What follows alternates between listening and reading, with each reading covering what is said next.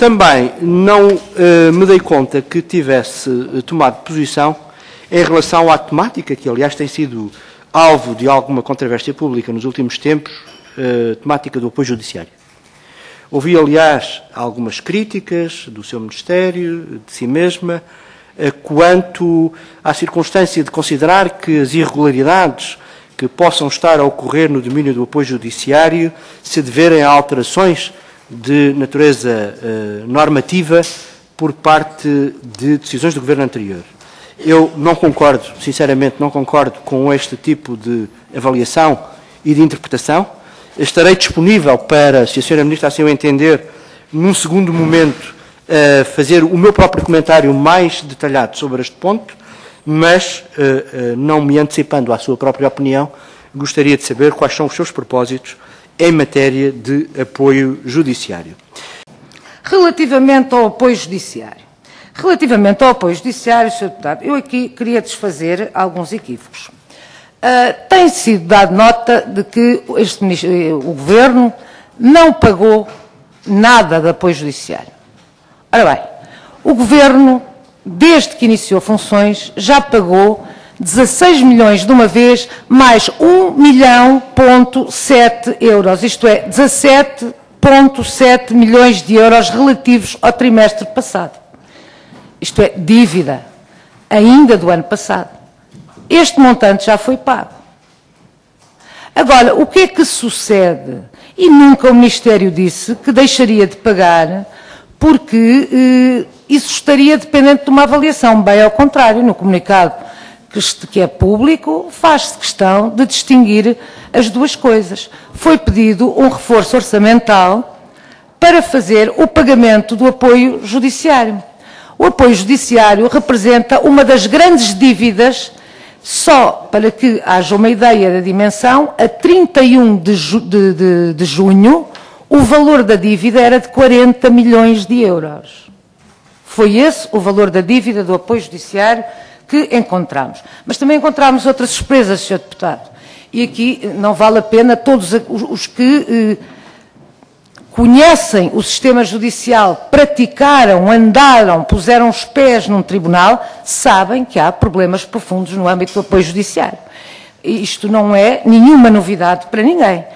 Mas há, de facto, neste momento, e na altura em que respondo, o ponto de situação da auditoria é extremamente preocupante. Em primeiro lugar, o sistema de apoio judiciário custa. O problema não é só economicista, embora custe 50 milhões de euros, no mínimo, por ano, o que significa cerca de 10% das transferências do Orçamento de Estado para o Ministério da Justiça. Portanto, não estou a falar nas receitas próprias, só transferências do Orçamento de Estado. Mas mais, Sr. Deputado, é um sistema e um regime sem nenhuma fiscalização. E porquê? Porque em 2009, foi publicada a portaria, em 2010, foi publicada a portaria 10/2010, se a memória me não falha, portaria essa que instituía um regime de fiscalização dos atos praticados no âmbito do acesso ao direito. Um mês depois, e como consta expressamente do preâmbulo dessa mesma portaria, lê-se nesse preâmbulo, por acordo entre o Ministério da Justiça e a Ordem dos Advogados, são pura e simplesmente eliminados todos os mecanismos de fiscalização do sistema de acesso ao direito. É isto que lá diz.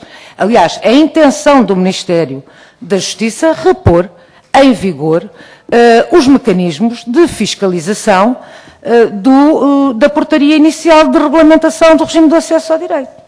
Porque é isso que, em nosso entender, faz sentido. Há, de facto, elementos muito perturbadores nas auditorias. Se o Sr. Deputado tiver a paciência de me ouvir, só na primeira fase da auditoria, dados reportados a 23 de setembro de 2011, foram objeto de análise 18.794 respostas, e isto refere-se a uma auditoria que é feita nos tribunais, processo a processo, enviados pelos tribunais referentes a pedidos de pagamentos apresentados, dos quais 2.269, 12,07, indicam existir desconformidades e irregularidades. foram contabilizadas 108 situações de desconformidade entre a indicação da existência do acordo no pedido, apresentado pelo profissional, e a informação fornecida em sentido contrário pelos tribunais. 108 situações. 84 situações em que foram indicadas no pedido de deslocações a estabelecimento prisional sem que existisse a existência de presos no processo. Foram contabilizadas 1.715 situações em que o número de situações indicadas pelo patrono não coincide com o número apurado pelo Tribunal. Foram contabilizadas 362 situações de desconformidade entre o número de incidentes processuais indicados no pedido e o número apurado pelo Tribunal. Foram contabilizadas 880 situações de pedidos não validados pelos tribunais, mas cujas desconformidades não resultam diretamente do sentido das respostas dadas. Na segunda fase, dados reportados, segunda fase, foram objeto de análise 5.683 respostas enviadas pelos tribunais referentes a pedidos de pagamento apresentados, dos quais 2.833, 49,85, indicam existir desconformidades suscetíveis de consubstanciarem irregularidades. Foram contabilizadas 489 situações em que há desconformidade entre a identificação do defensor requerente do pagamento e o que consta do processo. Foram contabilizadas 870 situações em que existe desconformidade entre a espécie processual indicada no pedido e a constante dos autos. Foram contabilizadas 220 situações que não consubstanciam verdadeiras substituições. Quer dizer que o pedido de pagamento devia ter sido apresentado por outro profissional. Foram contabilizadas 558 situações em que o pedido de pagamento foi efetuado antes do momento da prática do ato. Foram contabilizadas 52 situações em que foram indicadas no pedido deslocações a estabelecimento prisional numa segunda fase, volta a verificar, sem que se confirme a existência de presos no processo. Foram confirmadas 702 situações, 702, de pedidos não validados pelos tribunais, mas cujas desconformidades não resultam diretamente do sentido das respostas dadas. Isto significa, Sr. Deputado, que de facto algo corre mal no acesso ao direito, até porque o Ministério da Justiça recebe queixas a miúde, como que recebem os Conselhos Superiores, e nós sabemos isso. E, portanto, há que revisitar o acesso ao direito, e designadamente no que respeita aos mecanismos de fiscalização. Mas quero também aqui referir uma outra questão. O Ministério da Justiça transfere estes montantes, como se sabe, nos termos acordados pela revisitação à portaria, que de facto, um mês depois, vem alterar, deixando cair por acordo entre o Ministério da Justiça e o Bastonário da Ordem dos Advogados. Ficámos sem nenhum meio de poder fiscalizar. Isto é, os pedidos são lançados no sistema e são pagos.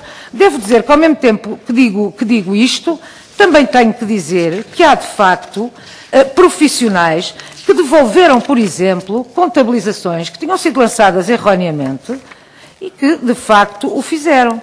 Mas gostava ainda Sr. Deputado, a esse propósito, referir alguns números que também são impressivos, porque pensa-se e diz-se e ouve-se falar no acesso ao direito e esquecemos a miúde de duas questões.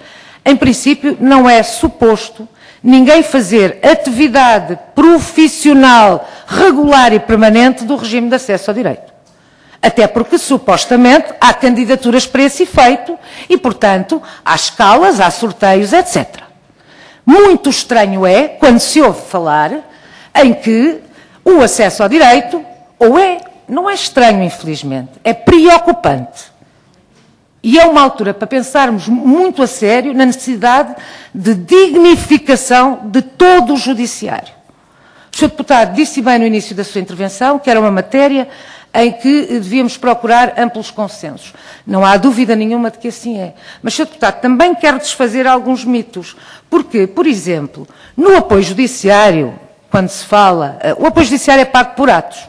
E o que é que tem vindo a suceder? Claro que se praticam muitos atos, digamos, a benefício de alguma contenção no mesmo processo.